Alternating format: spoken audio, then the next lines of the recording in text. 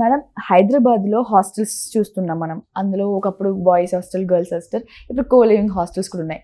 దాన్ని బంద్ చేస్తున్న రేవంత్ సర్కార్ అని మనం వింటూనున్నాం. అసలు అంటే ఏంటి తప్పేమైనా జరిగినట్లు తర్వాత ఇది రియాక్ట్ అయ్యారా? అసలు ఈ కో లివింగ్ హాస్టల్స్ వల్ల ఏమైనా ప్రాబ్లం అవుతుందా? అసలు ఏంటి ఆల్ ఆఫ్ సడన్ ఇది క్లోజ్ చేయడం గల కారణాలు ఏమై ఉంటాయి మీ మాటల్లో? ఇంకా క్లోజ్ చేయలేదమ్మా. ఇంకా రేవంత్ సర్కార్ ఆ నిర్ణయం తీసుకోలేదు. కాకపోతే కాంగ్రెస్ సీనియర్ నాయకులు వి హనుమంతరావు గారు దీని మీద చర్య తీసుకోవాలి అని చెప్పి ఆయన ఘాటుగా విమర్శించడం జరిగింది. అలాగే ప్రభుత్వానికి కూడా విన్నవించుకోవటం జరిగింది. మరి అసలు ఏంటి కో లివింగ్ హాస్టల్స్ అంటే ఏంటి అంటే, ఇప్పుడు అమ్మాయిల హాస్టల్స్, అబ్బాయిల హాస్టల్స్ విడివిడిగా ఉండేవి. ఇప్పుడు ఏంటంటే అమ్మాయి అబ్బాయి కలిసి ఉండొచ్చు. కోలివిన్ అంటే అదే కదా, ఒకే హాస్టల్లో ఒక రూమ్ లో అబ్బాయి ఉండొచ్చు, ఒక రూమ్ లో అమ్మాయి ఉండొచ్చు, ఒక రూమ్ లో ఒకే రూమ్ లో అబ్బాయి ఉండొచ్చు, అమ్మాయి ఉండొచ్చు. అవునా మేడం? అని ఈ కోలివిన్ హాస్టల్స్ అంటే అంతే. మరి అంటే నేను అనుకున్నా అంటే కోలివింగ్ అంటే ఇప్పుడు రూమ్ సెపరేట్ ఉంటే మనుషులు కూడా సెపరేట్ గానే ఉంటారు అది కూడా అవ్వచ్చు, అది కూడా అవ్వచ్చు. కానీ ప్రెమిసిస్ లోపలికి బాయ్స్ నాట్ అలౌడ్ అన్నప్పుడు, ఇప్పుడు బాయ్స్ హాస్టల్స్, గర్ల్స్ హాస్టల్స్ విడివిడిగా ఎందుకు పెడతారు? ఒకే ప్రెమిసిస్ లో ఉండవు కదా. గేట్ దగ్గర ఒక గేట్ కీపర్ ఉంటాడు అమ్మాయిల హాస్టల్ దగ్గర. అబ్బాయిలు ఎవరన్నా లోపలికి వస్తుంటే రానివ్వరు. అంటే ఏంటి? అమ్మాయిల భద్రత కోసం కదా ఇది. మరి ఇప్పుడు ఇక్కడ పోనీ మీరు అన్నట్లే వాళ్ళొక రూమ్ లో ఉంటారు, వీళ్ళొక రూమ్ లో ఉంటారు. అంటే గేట్ దాటి లోపలికి వచ్చేసినట్టే కదా. గేట్ దాటి లోపలికి వచ్చిన తర్వాత ఏమైనా జరిగితే ఏంటి పరిస్థితి? ఆడవాళ్ళ భద్రతకి, ఆడపిల్లల భద్రత గాలిలో పెట్టిన దీపమే కదా. దీనివల్ల ఖచ్చితంగా ఇదే జరిగింది, ఇదే జరుగుతుంది అనే దానికంటే కూడా ఇప్పుడు ఓయో రూమ్స్ ఉన్నాయి. ఓయో రూమ్స్లో ఆధార్ కార్డు ఒకటి చూపించేసేస్తే మీకు ఓయో రూమ్ ఇచ్చేస్తారు. వీళ్ళకి పెళ్ళి అయిందా, పెళ్లి కాలేదా అని. మామూలుగా అయితే గనక ఏదైనా హోటల్కి వెళ్తే గనక ఆధార్ కార్డులు ఇవ్వాలి అని ఉంటుంది. ఇప్పుడు ఎంతమంది వచ్చారు, ఒక్కరే వచ్చారా, ఒకరితో పాటు ఎవరు వచ్చారు, ఎవరన్నా ఎంతమంది వస్తే అంతమంది ఆధార్ కార్డులు హోటల్లో ఇవ్వాలి. ఇప్పుడు అసలు ఓయో హోటల్ రూమ్కి ఒక పెళ్లి కాని పెళ్లి కాని యువకుడు ఎందుకు వస్తారు అనేది ఒక ప్రశ్న కదా. అట్లాగే కోలివిన్లో ఉండటం వల్ల అంటే ఏదైనా అనైతిక కార్యకలాపాలు జరిగే అవకాశం ఉంటాయి కాబట్టి ఓయో రూమ్స్ గురించి పెద్ద చర్చ జరిగింది. అది ఓయో నాన్ అఫీషియల్ అయిపోయింది, ఇది అఫీషియల్ అయినట్టు అయిపోయింది. అయితే దీనివల్ల ఇప్పుడు పరిస్థితులు ఎలా వచ్చినాయి అంటే, కోలివిన్ హాస్టల్స్ ఉంటేనే హాస్టల్లో చేరుతున్నారు పిల్లలు అనేదాకా వచ్చేసింది. ఇప్పుడు ఓన్లీ బాయ్స్ హాస్టల్స్ పెట్టినా నడవట్లేదు, ఓన్లీ గర్ల్స్ హాస్టల్స్ పెట్టినా నడవట్లేదు. ఇక్కడైతే బాగుంటుంది, రూమ్ ఉందే ఉంటారు కాబట్టి అది ఇది మనం మాట్లాడుకోవడానికి కూడా ఇబ్బందికరంగా ఉంది. చాలా విచ్చలవిడిగా ఇప్పుడు ఎక్కడో వేరే ఊర్ల నుంచి వస్తారు. ఈ వచ్చినప్పుడు ఇంతకుముందు పాత రోజుల్లో ఎలా ఉండేదంటే, ఒక అమ్మాయిని పట్టణానికి పంపించి చదివించాలి అంటే అందరూ చదివించగలిగేవాళ్ళు కాదు. ఒక మోస్తరు డబ్బులు ఉన్న వాళ్ళు మాత్రమే. అంటే ఎలా ఉంచేవాళ్ళు అంటే, ఎవరన్నా చుట్టాలు ఉంటే గనక వాళ్ళ ఇళ్లలో ఉంచటం, లేదు అంటే గనక ఒక రూమ్ తీసుకుని ఉండేటట్లయితే గనక ఎవరన్నా పెద్ద ఆవిడని, ఎవరన్నా భర్త చనిపోయిన మేనత్త కానీ, లేకపోతే భర్త చనిపోయిన పెద్దమ్మ కానీ, ఓపిక ఉంటే అమ్మమ్మ కానీ, నాయనమ్మ కానీ, అట్లాంటి వాళ్ళు ఎవరన్నా వచ్చి వీళ్ళకి దగ్గరుండి వండి పెట్టి చేసేవాళ్ళు. ఇప్పుడు అలా లేకపోకుండా అలా వచ్చి ఉండేవాళ్ళు కనిపించట్లేదు.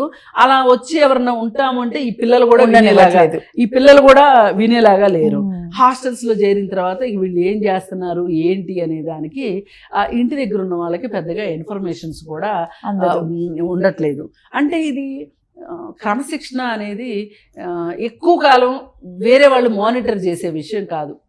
ఎంతసేపు అని ఎవరు మానిటర్ చేస్తారు?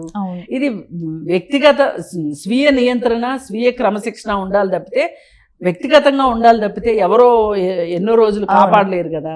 ఇంక ఇక్కడ ఈ కోలివిన్ హాస్టల్స్ వచ్చేసిన తర్వాత ఒక ఆఫీస్లో ఒక నార్త్ అబ్బాయి ఉంటాడు అనుకోండి, ఇక్కడ లోకల్ అమ్మాయి, ఈ చుట్టుపక్కల విలేజెస్ నుంచి వచ్చిన అమ్మాయి ఉందనుకోండి, వీళ్ళిద్దరూ కలిసి ఉన్నారనుకోండి, ఎవరికి తెలుస్తుంది కదా. ఇది ఒక రకంగా ఈ కలిసి ఉన్న తర్వాత వీళ్ళిద్దరూ కలిసి ఉన్న లివిన్ రిలేషన్షిప్లో ఉన్న తర్వాత పెళ్లి చేసుకునే ఉద్దేశం ఉండి కోలివిన్లో ఉన్నారనుకోండి, అది వేరే విషయం. కానీ ఇక్కడ మోసం చేయడానికి అమ్మాయి అబ్బాయినైనా మోసం చేయొచ్చు, అబ్బాయి అమ్మాయినైనా మోసం చేయొచ్చు. ఈ అనవసరమైన గందరగోళం ఎందుకు? పైగా ఇప్పుడున్న ప్రభుత్వం ఎవరైతే ఉన్నారో భారతీయ సంస్కృతి, సాంప్రదాయాలు, కుటుంబ వ్యవస్థలు, విలువలు, వీటి గురించి ఎక్కువ మాట్లాడుతుంటారు. అట్లాంటి ఈ గవర్నమెంట్ అసలు ఈ కోలివిన్ హాస్టల్స్కి ఎందుకు పర్మిషన్ ఇచ్చింది?